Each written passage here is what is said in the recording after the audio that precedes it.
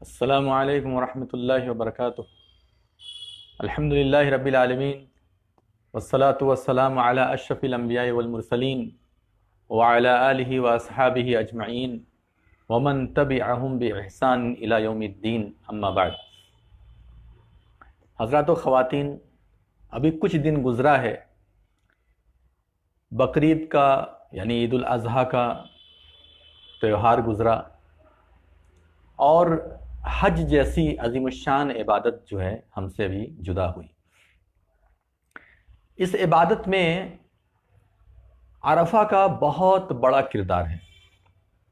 عرفہ یعنی میدان عرفات میں جمع ہونا 9ویں تاریخ کو، اور حج کا یہ ایک بہت بڑا حصہ ہے۔ اگر کوئی بھی حاجی غروب آفتاب سے پہلے عرفہ کے اندر نہیں پہنچتا ہے تو ایسی صورت میں اس کا حج باطل ہو جائے گا۔ اللہ کے رسول صلی اللہ علیہ وسلم نے ایک حدیث میں ارشاد فرمایا کہ الحج عرفہ، کہ عرفہ ہی حج ہے، عرفہ ہی حج ہے۔ اگر کوئی آدمی عرفہ میں یعنی عرفہ کے روز عرفات کے میدان میں نہیں پہنچا، اس کا حج ہی نہیں ہے، حج کا رکن ہے یہ، اس کو پھر سے حج کرنا پڑے گا۔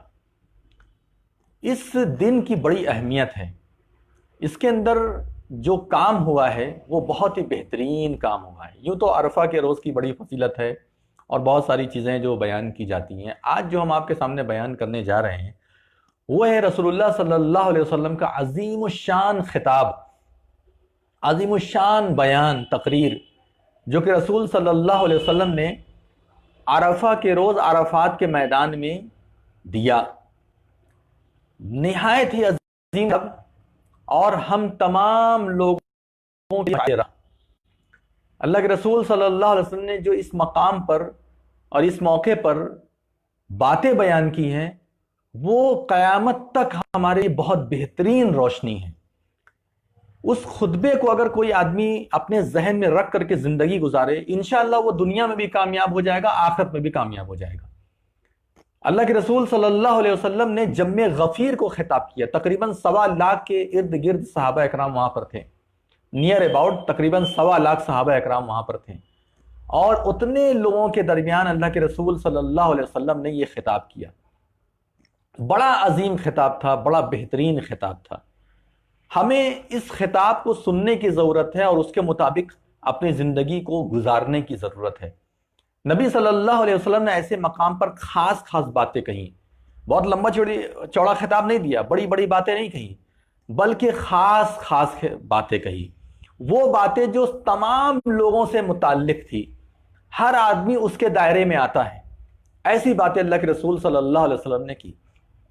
سب سے پہلے رسول اللہ صلی اللہ علیہ وسلم نے اللہ رب العالمین کی حمد و ثنا کی، چنانچہ فرمایا کہ الحمدللہ نحمدہ ونستعینہ ونستغفرہ، تمام تعریف اللہ تبارک و تعالیٰ کے لیے ہے، ہم اسی کی حمد و ثنا کرتے ہیں، ونستعینہ، اسی سے مدد مانگتے ہیں، کسی اور سے مدد نہیں مانگتے۔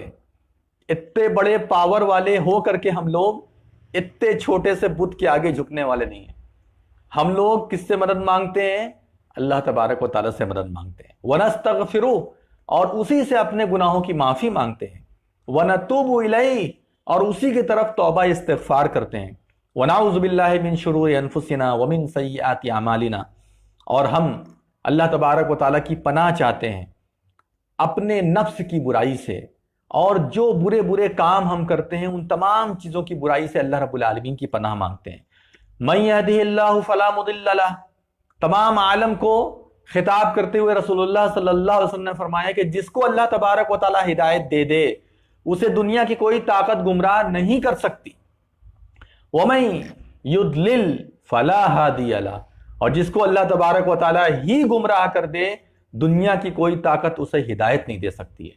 اگر اللہ رب العالمین کسی کو ہدایت دینے پر آ جائے گا تو کہیں بھی ہدایت دے دے گا، کیسے بھی ہدایت دے دے گا، اور اگر اللہ تبارک و تعالیٰ کسی کو گمراہ کرنے کا ارادہ کر لے تو ایسی صورت میں دنیا کی کوئی طاقت اسے ہدایت نہیں دے سکتی ہے۔ وَمَن يُضْلِلْهُ فَلَا هَادِيَ لَهُ وَأَشْهَدُ أَن لَا إِلَٰهَ إِلَّا اللَّهُ وَحْدَهُ لَا شَرِيكَ لَهُ، رسول صلی اللہ علیہ وسلم نے تمام جم غفیر میں کہا کہ میں گواہی دیتا ہوں کہ اس اللہ تبارک و تعالیٰ کے علاوہ کوئی عبادت کے لائق نہیں ہے، وحدہ، وہ اکیلا ہے، لا شریک لہو، اس کا کوئی شریک نہیں ہے، اس کا کوئی ساجی نہیں ہے، اس کا کوئی مددگار نہیں ہے، کسی کی بھی ضرورت نہیں ہے اللہ رب العالمین کو، سب اس کے محتاج ہیں۔ اللہ تبارک و تعالیٰ کسی کا محتاج نہیں ہے۔ وَلَمْ يَكُنْ لَهُ كُفُوًا أَحَدٌ، اس کے جیسا اس کے ہمسر کا کوئی نہیں ہے۔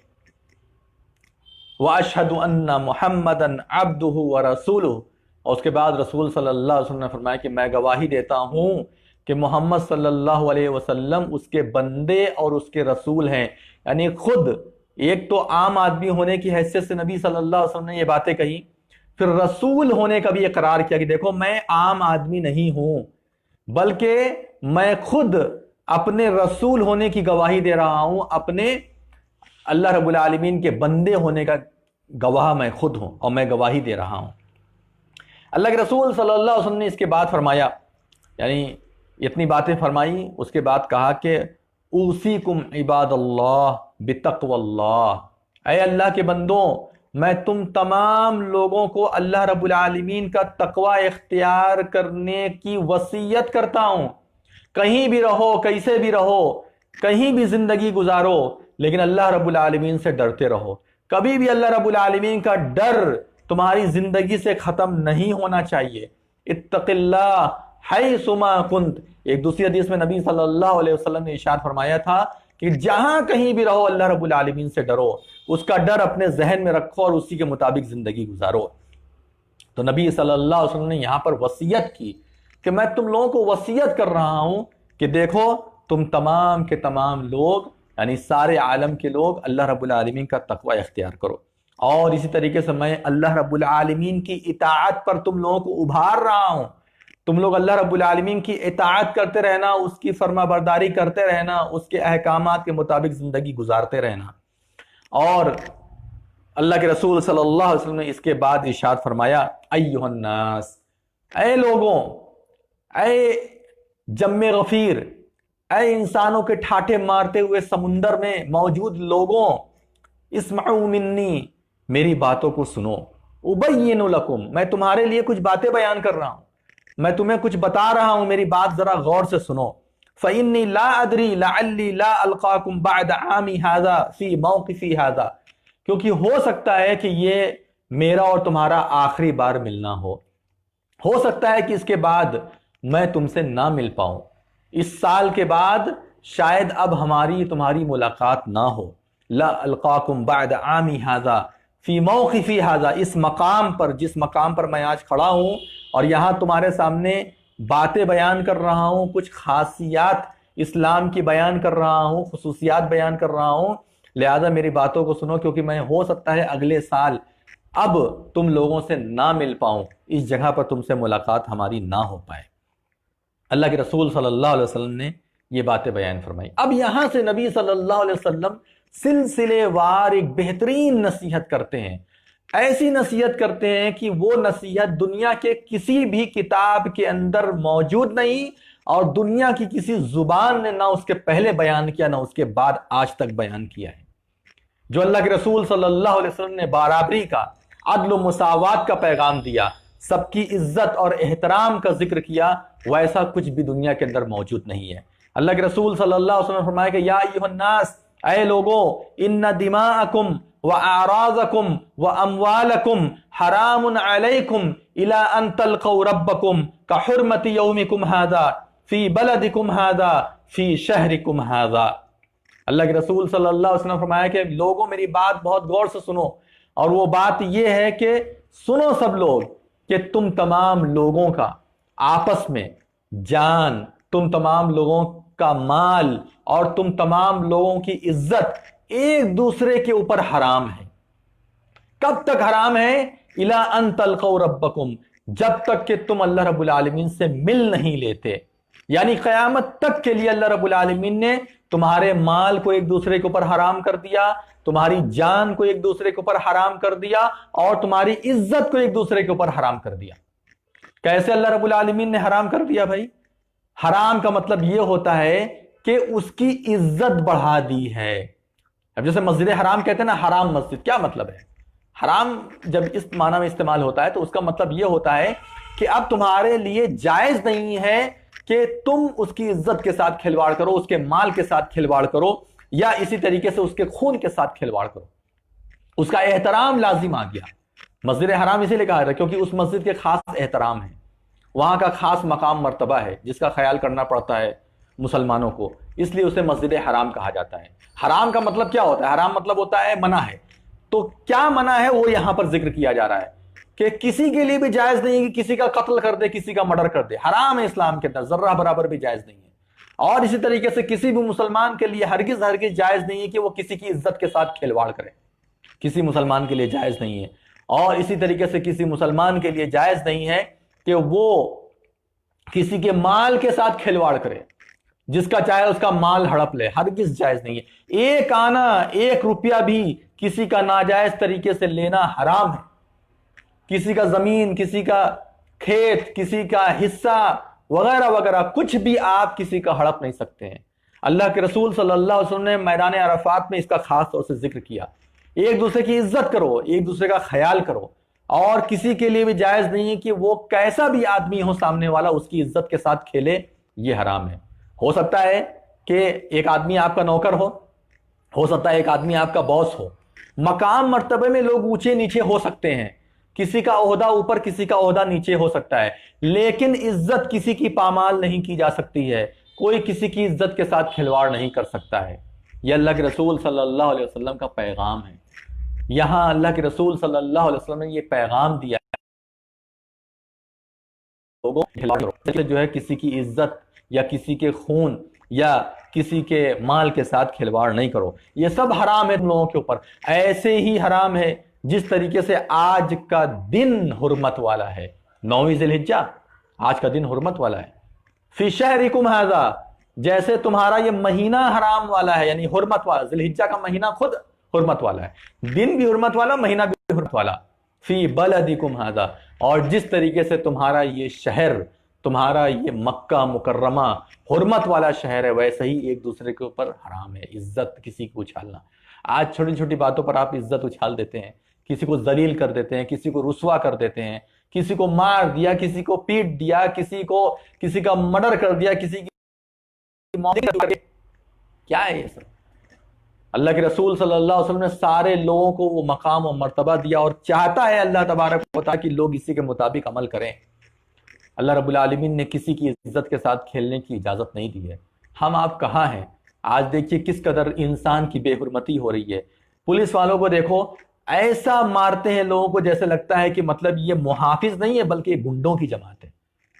ان لوگوں کو حفاظت کا ذمہ دیا گیا تھا عوام کا کہ آپ لوگوں کی حفاظت کیجیے، لوگوں کا جان مال اور اسی طریقے سے اور چیزیں اگر نقصان میں ہیں تو آپ ان کی حفاظت کیجیے، آپ ان کی خیرخواہی سے مطلب رکھیے، ان کی خیرخواہی کیجیے۔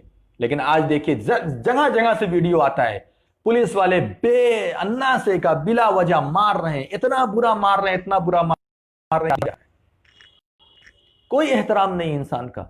ایک موب اکٹھا ہوتی ہے، ایک جھنڈ، ایک جماعت اکٹھا ہوتی ہے، اور اکٹھا ہونے کے بعد لوگوں کو پکڑتی ہے یا کسی ایک آدمی کو پکڑتی ہے، مارتی ہے، مارتے مارتے مارتے مارتے مار ڈالتی ہے۔ کیا احترام ہے کسی کا؟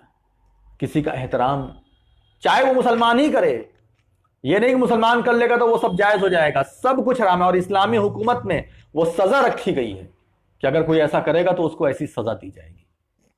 اور اسلام میں تو جان کے بدلے جان ہے، اگر ثابت ہو گیا کسی نے کسی کا قتل کیا ہے، مرڈر کیا ہے، تو اس کے بدلے میں اس کو قتل کر دیا جائے گا۔ اسلام میں یہ سزا رکھی گئی ہے۔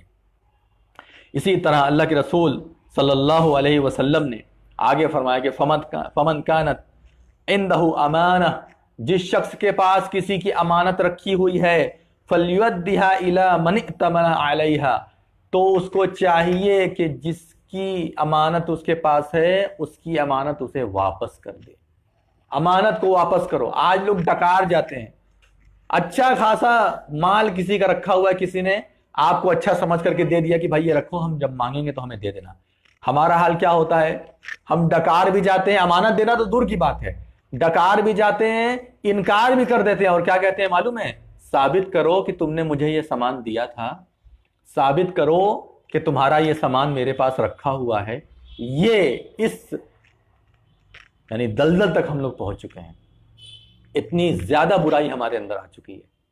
اللہ کے رسول صلی اللہ علیہ وسلم نے امانت کی ادائیگی کا حکم دیا، یہاں تک کہ جب خانہ کعبہ اللہ کے رسول صلی اللہ علیہ وسلم نے فتح کر لیا، یعنی مکہ فتح ہو گیا، اس وقت جو خانہ کعبہ کی چابی تھی وہ عثمان رضی اللہ تعالی عنہ کے عثمان عفان نہیں بلکہ دوسرے ان کے خاندان کو دی اور کہا کہ یہ تمہارے خاندان کے پاس تھی اور یہ ہمیشہ ہمیشہ تمہارے خاندان کے پاس رہے گی۔ آج بھی یہ چابی جو ہے ان کے خاندان کے پاس موجود ہے۔ اس قدر جو ہے اللہ رب العالمین، اللہ کے رسول صلی اللہ علیہ وسلم نے امانت کا خیال کیا ہے۔ ہم لوگوں کو اس کی ضرورت ہے۔ اللہ کے رسول صلی اللہ علیہ وسلم نے فرمایا کہ امانت کو صحیح سے ادا کرو، اس میں خیانت مت کرو، امانت میں خیانت کرنا کبیرہ گناہ ہے۔ اسی طریقے سے اللہ کے رسول صلی اللہ علیہ وسلم نے اس دن زمانے جاہلیت کے خون کو اور اس وقت کے جو مقدمے چل رہے تھے ساری چیزوں کو ختم کر دیا، سود کو ختم کر دیا۔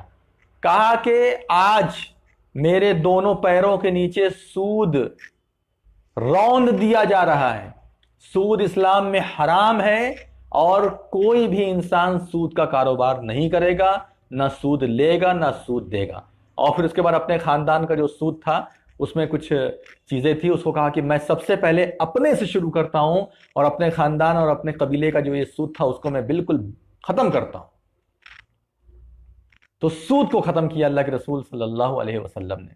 اللہ کے رسول صلی اللہ علیہ وسلم نے کیا فرمایا کہ وَإِنَّ رِبَ الْجَاهِلِيَّةِ موضوع، سارے کے سارے سود کو جو زمانے جاہلیت میں چلے آ رہے تھے سب ختم کیا جا رہا ہے۔ وَلَكِنْ لَكُمْ رُؤُوسُ أَمْوَالِكُمْ، لیکن جو تمہارا اصل مال ہے وہ تمہارا ہے، سود نہیں لکھا جائے گا۔ جو مال ہے تمہارا وہی تمہارا اصل مال ہے، وہی تمہیں دیا جائے گا۔ لا تظلمون ولا تظلمون، نہ ظلم کرو اور نہ ظلم اٹھاؤ، نہ ظلم تمہارے اوپر کیا جائے گا نہ تم دوسرے کے اوپر ظلم کرو، اور ظلم سے اپنے آپ کو بچاؤ۔ وقضى اللہ، اور اللہ رب العالمین کا فیصلہ کیا ہے؟ اللہ رب العالمین کا فیصلہ ہے انہ لا ربا، اللہ رب العالمین کا فیصلہ ہے کہ سود نہیں چلے گا، سود نام کی چیز نہیں رہے گی۔ اللہ کے رسول صلی اللہ علیہ وسلم نے سود کے بارے میں بہت وعید بیان کی ہے، اور اس کے علاوہ قرآن کے اندر بھی بہت ساری آیتیں موجود ہیں جو سود کو رد کرتی ہیں اور بہت بڑا گناہ قرار دیتی ہے۔ اللہ تبارک و تعالیٰ نے قرآن میں جو ارشاد فرمایا ہے سود کے متعلق کہ جو آدمی سود نہیں چھوڑ رہا ہے اس کو چاہیے کہ وہ آئے اللہ اس کے رسول کے ساتھ جنگ کرے۔ اگر جنگ کرنے کی طاقت ہے تو آؤ اللہ اس کے رسول کے ساتھ جنگ کرو، اور اگر توبہ کر لیتے ہو تو تمہارے لیے بس اتنا ہے جتنا تمہارا اصل مال ہے، بس اتنا ہے تمہارا، اس سے زیادہ تمہارا کچھ بھی نہیں ہے۔ تو میرے بھائیوں، اللہ کے رسول صلی اللہ علیہ وسلم نے اتنی بڑی بڑی باتیں وہاں پر کہی۔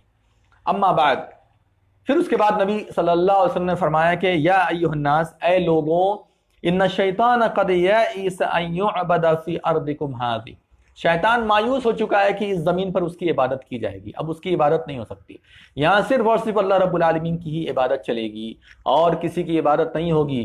جس نے دنیا کو پیدا ہی نہیں کیا، جس نے دنیا کو چلایا ہی نہیں ہے، وہ عبادت کے لائق نہیں ہے، اس کی عبادت نہیں ہوگی۔ جو عبادت کے لائق ہے اسی کی عبادت ہوگی۔ شیطان کیا کرتا ہے؟ لوگوں کے دماغ میں ڈالتا ہے، ان کے ہاتھوں سے ایک مورتی بنواتا ہے، بت بنواتا ہے، اور اس کے بعد اس بت کی عبادت کرواتا ہے۔ ذرا سوچئے، ایک اتنا پاور والا آدمی جس کے اشارے پر پورا ملک چلتا ہے، لیکن وہ آدمی، چاہے کوئی بھی ہو سکتا ہے بھائی، ضروری نہیں ہے کہ یہ کوئی ملک ہو، کوئی بھی ملک ہو سکتا ہے، اس کی عبادت کر رہے ہیں، اس کی عبادت کرتے جس کو اپنے ہاتھوں سے، اپنی مٹی سے بنایا ہے، اپنے ہاتھوں سے بنایا اور بنا کر کے اس کو رکھ کے اسی کی عبادت شروع کر دی۔ ایک منٹ میں چاہے تو اس کو وہ خود اپنے ہاتھ سے خراب کر سکتا ہے، دوسرا لا کر کے رکھ سکتا ہے۔ کیا اس کے اندر پاور ہے؟ کیا اس کے اندر طاقت ہے؟ چاہے بڑا بت ہو چاہے چھوٹا بت ہو، لوگوں کا یہ حال ہے۔ آپ دیکھیے، اللہ کے رسول صلی اللہ علیہ وسلم نے فرمایا کہ یہ نہیں ہو سکتا کہ اب اس زمین پر اس کی عبادت ہو۔ ہاں، یہ ضرور ہے کہ وہ اس بات پر خوش ہو جائے گا کہ تھوڑی موڑی چیزوں میں اس کی اطاعت ہوتی رہے گی، اس کی فرما برداری ہوتی رہے گی، تھوڑی موڑی چیزوں میں لوگ اس کی بات مانتے رہیں گے، اللہ رب العالمین جو نافرمانی ہے وہ نافرمانی لوگ کرتے رہیں گے، تھوڑا موڑا یہ سب چلتا رہے گا، لیکن اللہ رب العالمین کے علاوہ کسی اور کی عبادت ہو، یہ ممکن نہیں ہے۔ ہاں، یہ اور بات ہے کہ حدیث میں نبی صلی اللہ علیہ وسلم نے کچھ اشارہ کیا ہے کہ قرب قیامت عرب کے قبیلے بھی بت پرستی کی طرف آ جائیں گے، وہ ایک الگ چیز ہے، وہ اشراط ساعہ یعنی قیامت کی نشانیوں میں سے ہے، اس کو عام حالت میں مت جوڑ کر کے دیکھیے۔ جنرلی جو ہے پورے عرب میں اللہ رب العالمین کے علاوہ کسی اور کی عبادت نہیں ہوگی، اور شیطان اس معاملے میں مایوس ہو چکا ہے۔ لہذا فاحذروہ علی دینکم، اپنے دین کو بچا کر کے رکھو، اس سے ڈرتے رہنا، ایسا نہ ہو کہ شیطان تمہارے دین میں گھس جائے اور گھسنے کے بعد تمہیں بھی بت پرست بنا دے، تمہیں بھی بت پرست بنا دے، تمہیں بھی اللہ کے علاوہ دوسروں کے آگے سر جھکانے والا بنا دے۔ اس کا خیال کرنا میرے بھائیوں، میرے دوستوں، حالات میں بہہ مت جانا، حالات بڑے خراب چل رہے ہیں، لیکن ان خراب حالات میں تم بہہ مت جانا، ایسا نہ ہو کہ لائیو ٹیلی کاسٹ دیکھ کر کے تم بھی سر جھکا لو۔ شرک مت کرنا، یہ سب دھوکہ ہے دنیا کا، مرنے کے بعد تمہیں سمجھ میں آئے گا کس کی عبادت کرتے تھے۔ لہذا کتنا بھی کچھ بھی ہو جائے، عبادت ایک اللہ رب العالمین کی کرنا، ایک اللہ تبارک و تعالیٰ کے علاوہ کسی کی بھی عبادت مت کرنا، شیطان کے وسوسے میں مت آنا۔ شیطان تمہیں اللہ رب العالمین کے دین سے ہٹاتا رہے گا، اس کا یہی کام ہے، لیکن تمہارا کام یہ ہے کہ تم شیطان کو شکست دیتے رہو، تمہارا یہ کام ہے کہ تم شیطان کو ہراتے رہو۔ یہ اللہ کے رسول صلی اللہ علیہ وسلم نے بڑی بڑی باتیں بیان کی ہے۔ یہ اتنی باتیں آج کے لیے انشاءاللہ کافی ہے، کل بہت ساری باتیں اور ہیں، انشاءاللہ اس کا ذکر ہم کل کریں گے۔ اللہ تبارک و تعالی ہم تمام لوگوں کو ان باتوں پر عمل کرنے کی توفیق عطا فرمائے، اور نبی صلی اللہ علیہ وسلم کے بہترین خطبے سے ہم لوگوں کو سیکھنے کی توفیق عطا فرمائے، اور اس کے مطابق اپنی زندگی گزارنے کی توفیق عطا فرمائے۔ آمین یا رب العالمین۔ وآخر دعوانا ان الحمد للہ رب العالمین۔